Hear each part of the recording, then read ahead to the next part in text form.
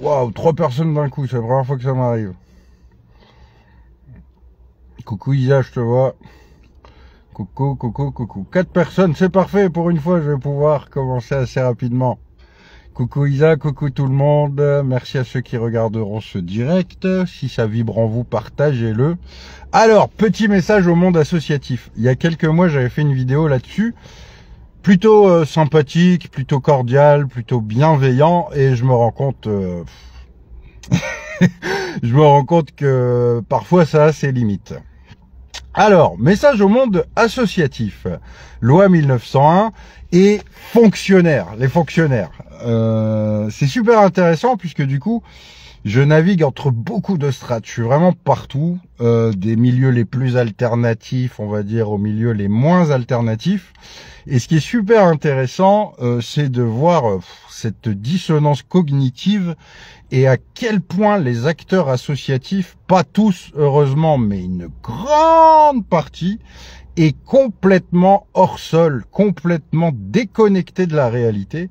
Et en fait, je dis ça avec le sourire, mais j'ai vachement la rage quand même, j'ai vachement la haine, puisque en fait, on s'auto-congratule, on se félicite, on s'applaudit de choses qui effectivement ne sont pas si mal. Les associations proposent des choses qui sont très intéressantes au niveau des loisirs éducatifs, au niveau du sport, au niveau de la culture, du théâtre, du handicap, tout un tas de choses qui sont vachement intéressantes, des ateliers socio-éducatifs, blablabla, blablabla, enfin bref, des projets qui sont vachement sympas. Sauf que, et c'est là où le bas blesse, sauf que, et je sais que cette vidéo sera vue par les principaux concernés, c'est surtout pour eux que je le fais. Donc ouais, regardez bien cette vidéo parce que je vais m'occuper de vous très sérieusement et je vais remonter très très haut dans le processus. C'est qu'en fait, vos impôts, pour ceux qui regardent cette vidéo, vos impôts, vous savez qu'on est le pays le plus taxé au monde, hein. La France, nous sommes la nation la plus taxée au monde puisqu'on est censé être la nation qui redistribue le plus. Donc, à la base, on se dit, bon, on paye énormément d'impôts, mais ces impôts sont reversés sous forme de prestations sociales, de services publics, et pour avoir un cadre de vie qui soit le plus agréable et le plus efficace possible. Enfin, qui est un mieux vivre ensemble par ce système de prélèvement, donc, et de distribution. Et c'est quand même super intéressant parce que du coup, en fait, on vous dit tout le temps, il n'y a pas de fric, il n'y a pas de fric, il n'y a pas de fric. Mais en fait, il n'y en a jamais eu autant. Il n'y a jamais eu autant de fric. Alors moi, personnellement, je m'en fous du fric, hein. Moi, je suis un grand militant du monde sans argent. Mais pour l'instant, le flux qui permet de matérialiser et de modéliser tout un tas de choses dans la société, dont traiter les sujets les plus importants, se fait à travers les flux financiers. Ce qui est intéressant donc, c'est que tous ces impôts qui sont prélevés, des milliards et des milliards et des milliards et des milliards d'euros, sont ensuite redistribués dans les conseils régionaux, les conseils départementaux, dans les communes, dans les communautés de communes, dans le Fonds social européen, du plus petit échelon communal jusqu'au plus gros échelon européen. Il y a des milliards et des milliards de prélèvements d'impôts qui sont faits, qui sont collectés, et ensuite ces différentes institutions disent aux citoyens, aux citoyens, vous pouvez, si vous voulez, répondre à des appels à projets, ou vous pouvez nous solliciter pour récupérer ces fonds publics à travers une association, et donc monter des activités qui sont en lien avec les appels à projets et les politiques publiques. Et donc, c'est quand même super intéressant, c'est que du coup, il y a tout un tas de projets qui sont financés, qui sont sympas. Même vous en profitez. Vos gamins vont dans des clubs de sport, dans des clubs culturels, dans tout un tas de trucs. Ils peuvent profiter d'événementiels, de fêtes de quartier, de tout un tas de choses qui embellissent le quotidien, qui sont financées. Et moi, personnellement, ça ne me choque pas qu'ils soient financés. Je connais beaucoup d'acteurs qui le sont et qui font des très belles actions. C'est pas le souci. Le souci, c'est que... Le souci, c'est que vous êtes tous des hors-la-loi. Le souci, c'est que vous êtes tous des hors-la-loi. Responsables associatifs et fonctionnaires, écoutez-moi bien, vous êtes tous des hors-la-loi. Puisque développer ce type d'activité, c'est répondre à des besoins secondaires. Des besoins secondaires. Or, quand on est dans une nation où il y a 12 millions de pauvres, 350 000 personnes qui dorment à la rue, 50 000 enfants qui dorment à la rue, des millions de concitoyens qui sont mal logés, qui développent des pathologies, qui crèvent à l'hôpital ou qui crèvent chez eux, des gens qui meurent de faim, des personnes handicapées qui n'ont pas accès aux dispositifs nécessaires. Quand on est retourné à l'ère du Moyen-Âge en mode gueux, on ne finance pas des activités coloriage de pots de yaourt. Évidemment. Évidemment que les dotations publiques doivent être ciblées en priorité sur la préservation et la conservation des droits naturels pour tous. Et c'est la loi qui prévaut sur tout, sur toute réglementation, sur tout processus socio-administratif, sur tout principe d'administration, la loi qui prévaut pour un fonctionnaire ou pour une association, c'est la préservation et la conservation des droits naturels, et ça pour tous, sur tout le territoire. Donc, les techniciens, les responsables associatifs, qui n'utilisent pas ces fonds ou qui ne distribuent pas ces fonds dans ce cadre-là, vous êtes des hors-la-loi. Vous êtes des hors-la-loi, puisque ces flux sont censés garantir le principe constitutionnel premier, qui est la dignité et les droits naturels inaliénables de l'homme et du citoyen. C'est très important ce que je dis là. C'est votre argent. Tous les prélèvements que vous avez qui vous foutent dans la merde repartent dans des activités qui ne vous sortent pas de la merde. On est dans une nation où tous les outils existent pour que ça se passe bien. Mais le problème aussi, c'est que toutes ces associations et tous ces fonctionnaires qui n'en sont pas, moi je suis un vrai fonctionnaire, pas besoin du statut juridique. Je suis dans la fonctionnalité, je sers ma nation, je sers la France, dans son principe constitutionnel.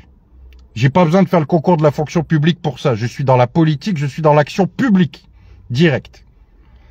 Quand on a des dotations publiques qui doivent couvrir, qui sont censées être allouées à des associations ou à des administrations, ce n'est que dans le cadre de la préservation et la conservation des droits naturels inaliénables de l'homme et du citoyen. Quand je dis homme, c'est avec les femmes aussi, bien sûr. Homme avec un grand H. Donc toutes ces activités, elles sont magnifiques. J'aime bien. Ça ouvre les consciences, ça crée des liens. Il y a un aspect social non négligeable, mais c'est secondaire. C'est secondaire. La priorité, c'est que tout le monde puisse se nourrir, que tout le monde puisse être logé, que tout le monde puisse avoir accès à l'hygiène, à l'instruction, que tout le monde ait le droit de fonder une famille.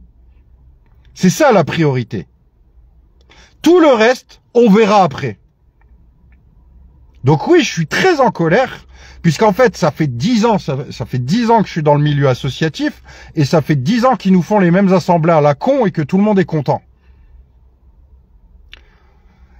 Autre chose, quand on crée une association pour couvrir un besoin social, notre objectif, c'est pas de faire une carrière, ni de se pérenniser dans le temps, pérenniser modèle économique, je ne sais pas quoi. Notre objectif, c'est de disparaître. Notre but n'est pas d'entretenir ce besoin et la misère sociale et de se faire une carrière professionnelle et de défendre des intérêts corporatistes.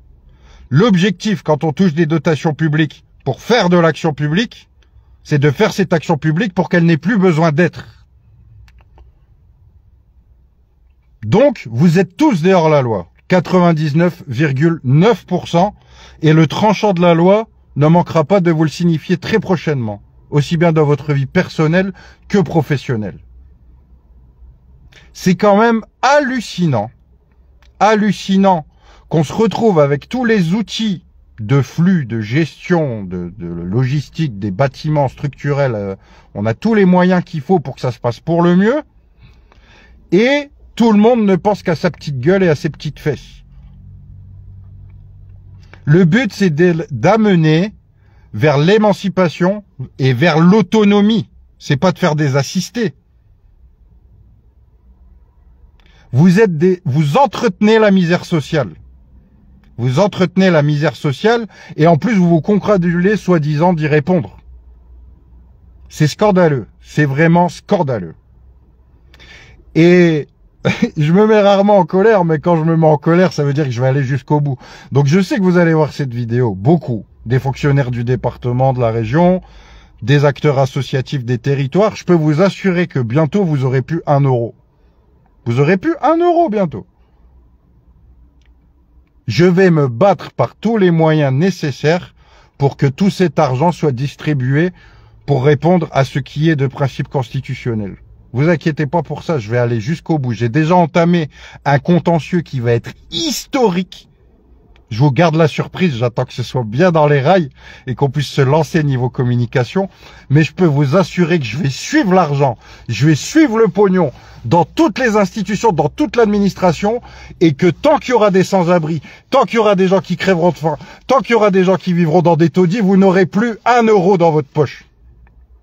Comme ça, vous serez forcé de faire ce qui est, bordel de merde. C'est quoi ce délire? C'est quoi ce délire? Nos anciens, quand ils faisaient des actions associatives, syndicales, etc., c'était pourquoi? C'était pour tous. C'était pour la préservation du bien commun, l'accès à la dignité pour tous. S'il n'y a pas ça, toutes vos activités sur le côté, c'est peanuts, c'est de la merde. Désolé d'être violent. Désolé d'être violent, mais à un moment donné, on peut plus là. Dans notre équipe là, on est bien atteint en termes de fatigue et tout. Donc ouais, peut-être que je suis un peu remonté, mais il y a de quoi. C'est-à-dire qu'en fait, tout est là pour que ça se passe bien et tout est fait pour qu'on finisse dans le Kratos, dans ce gouffre de merde. Donc à un moment donné, un peu de sérieux. Nous sommes en France en 2023. On est revenu à l'ère du Moyen-Âge, des sans-culottes, de ce que vous voulez. Et encore, on est revenu, on l'a jamais quitté en réalité, mais là, on a son paroxysme. En termes d'abomination et d'horreur sociétale, on est au paroxysme de tout. Les violences faites aux femmes, faites aux enfants. Ça aussi, je l'ai pas cité, les violences faites aux femmes, faites aux enfants, les sans-abri, les gens qui crèvent, les réfugiés. Il y a tout un tas de trucs.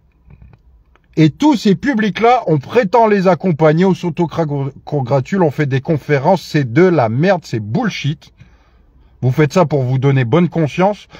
Si la situation se détériore d'année en année, vous pouvez pas présenter des bilans où soi-disant tout va bien. Arrêtez vos conneries à un moment donné. Arrêtez vos conneries à un moment donné. Faut être sérieux 2 secondes. Donc maintenant, pour les fonctionnaires et les responsables associatifs intègres qui veulent s'associer à cette démarche et dire effectivement, avant de reprendre nos activités traditionnelles, il va falloir d'abord s'occuper de toute la merde qu'il y a sur le territoire, et après on pourra revenir à tout ce qui est loisirs, culture, bref, etc., etc. On pourra revenir à ça une fois qu'on aura fait en sorte de vivre dans une société humaine. Une société humaine. Vous défendez que des intérêts individuels, que des intérêts corporatistes, vous visez des publics précis, vous respectez rien d'une association. Normalement, c'est la libre adhésion, c'est l'accès pour les plus fragiles. C'est l'accès aux droits inaliénables et naturels de l'homme et du citoyen et rien d'autre. Que vous soyez fonctionnaire dans une institution ou responsable associatif qui touche des subventions ou pas d'ailleurs, même si vous ne fonctionnez sans argent, on a aussi beaucoup qui le font, votre seul objectif, c'est de faire en sorte que ceux qui soient tout en bas ne le soient plus, soient à égalité avec les autres, peu importe le thème que vous traitez. Donc maintenant, je peux vous assurer, vous êtes loin de tout voir. Sur le dernier rempart, sur le syndicat GJ, sur la main sur le cœur, vous ne voyez qu'un mince échantillon du combat qu'on mène. Mais je peux vous assurer que personnellement, retenez bien ce nom, Christophe Morel, je vais vous remonter tout le système de subvention dans tous les sens. Je vais vous remettre tout ça à plat. On va se mobiliser. On va faire appel à la presse locale, à des radios libres. On va vous faire des dingueries. On va vous faire des dingueries juste pour que le flouze aille là où il est censé aller. Alors après, bien sûr, comment ça fonctionne? Comment ça fonctionne? C'est que les élus Les élus, mon cul, ouais, c'est pas des élus, on est tous élus. Si vous existez, vous êtes élus. Sinon, vous n'existeriez pas sur cette terre. On a tous été élus pour vivre. Pas que eux. Donc, les élus, eux, déterminent des politiques publiques. Donc, secondaires par rapport aux droits naturels. Ils les proposent. Et les gens disent, ah ouais, effectivement, c'est là-dessus qu'il faudrait partir. Vive la République, vive la démocratie. On l'emmerde, ta République et ta démocratie. On l'emmerde. On fonctionne pas démocratiquement. On en a rien à foutre. On n'est pas républicain. Nous, on est une armée humaine. On se bat pour que les gens ne crèvent plus. Point. Comme l'abbé Pierre, comme Coluche, comme Balavoine, comme plein d'autres, qui ont su être des exemples, des lumières dans ce pays, qui ont fait de la France un phare à travers des siècles et des siècles, en disant qu'on n'en a rien à foutre, il n'y a pas de débat, il n'y a pas d'opinion, il n'y a pas de croyance, il n'y a pas d'échange, il n'y a pas de conférence, il n'y a que des êtres humains égaux. Voilà. Donc c'était mon petit coup de gueule de ce soir. J'espère qu'il vous aura plu. Et je peux vous assurer, ceux qui vont regarder cette vidéo, partagez-la bien, hein, que les fonctionnaires, que les responsables associatifs la voient bien, parce que je peux vous assurer qu'on va vous déglinguer. On va vous déglinguer comme jamais. C'est bon, je ne peux pas voir mes frères et sœurs crever du matin au soir, me briser le cœur et mon âme, et voir les autres capter des milliers, des millions ou des milliards d'euros pour colorier des pots de yaourt. Non, c'est bon, stop. Stop. Alors encore une fois, toutes ces activités, je le répète, j'adore moi-même ces activités. Elles ont du sens. Ce qui est proposé est très bien. Ça fait évoluer les choses d'une certaine manière. Mais ce n'est pas la priorité. Nous sommes en guerre. Nous sommes en guerre. Je ne vais pas vous le répéter 6 fois comme l'autre là. Nous sommes en guerre. Donc agissons en tant que tels. Il est vraiment temps de se réveiller. Tous ces trucs-là, on verra après. Donc maintenant, c'est soit les Français, on revient vraiment à la base de tout, et le reste découlera naturellement de cette base. Mais si on refuse cette base, et qu'on passe au reste, ça n'a aucun sens, c'est complètement débile. C'est complètement débile. Dissonance cognitive à fond de balle. Ça commence à faire, ça commence à être très fatigant. Voilà. Je sais pas quoi dire de plus, je pense avoir été assez clair. C'est peut-être un peu technique, donc n'hésitez pas à regarder ce live plusieurs fois si vous voulez bien comprendre ce que j'étais en train d'énoncer. Le combat, il se joue sur différentes strates. Nous, comme je le répète à chaque fois, on agit sur 3 secteurs. Le secteur classique, réglementaire, mise en place. C'est-à-dire, il y a des contrats, il y a des termes, il y a des choses qui sont définies, il y a des documents maîtres qui définissent comment doit fonctionner l'administration et de quelle manière réglementaire. On est dans ce cadre-là, conforme.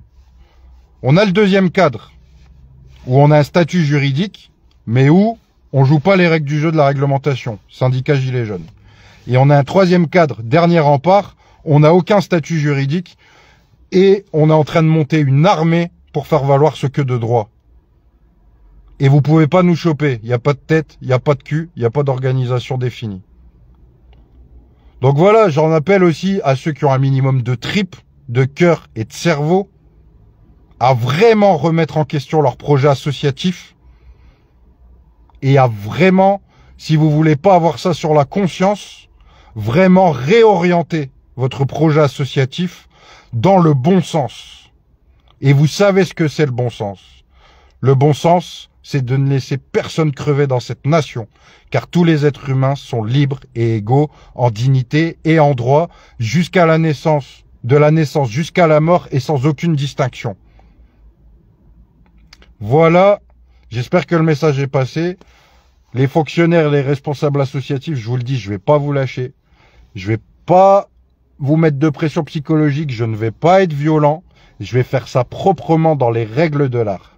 Et vous me connaissez, vous savez que je vais le faire. Je vais faire ça dans les règles de l'art, je vais rétablir ce qui est. Pourquoi je suis en colère? Je finirai là-dessus. Je vis dans un département, et principalement sur ma communauté d'agglo, où c'est les communes les plus pauvres de France. Et les communes les plus pauvres de France ont des budgets qui leur sont alloués, qui sont les plus gros de France, pour qu'elles ne soient plus dans cette situation. Et ben vous inquiétez pas qu'on va remettre tout ça à plat. J'en fais le serment et sur mon honneur, je vous jure que j'irai jusqu'au bout pour rétablir tout ça. Ça va me prendre du temps, mais je peux vous assurer que j'irai jusqu'au bout. Et on a déjà une première boulette à vous balancer sur ce sujet des subventions. Et vous verrez que c'est un dossier qui est encore plus gros que le procès contre Didier Lallemand. D'ailleurs, j'en profite pour vous dire aussi que le procès contre Didier Lallemand, on devait faire un live aujourd'hui, mais il arrivera dans quelques jours parce qu'on est en train de préparer un support qui est très technique et très détaillé sur la procédure qu'on a mis en place pour l'attaquer en justice, justement. Voilà, force et honneur, on est sur tous les terrains et bordel de merde, que vous soyez fonctionnaire, responsable associatif ou que vous regardiez ce direct, il est vraiment temps d'agir là, ici et maintenant, dans la mesure de ce que vous êtes capable de faire, avec vos compétences, avec votre cerveau, avec votre humanité et avec vos tripes. On y va maintenant, bordel de merde. Force et honneur, on lâche rien.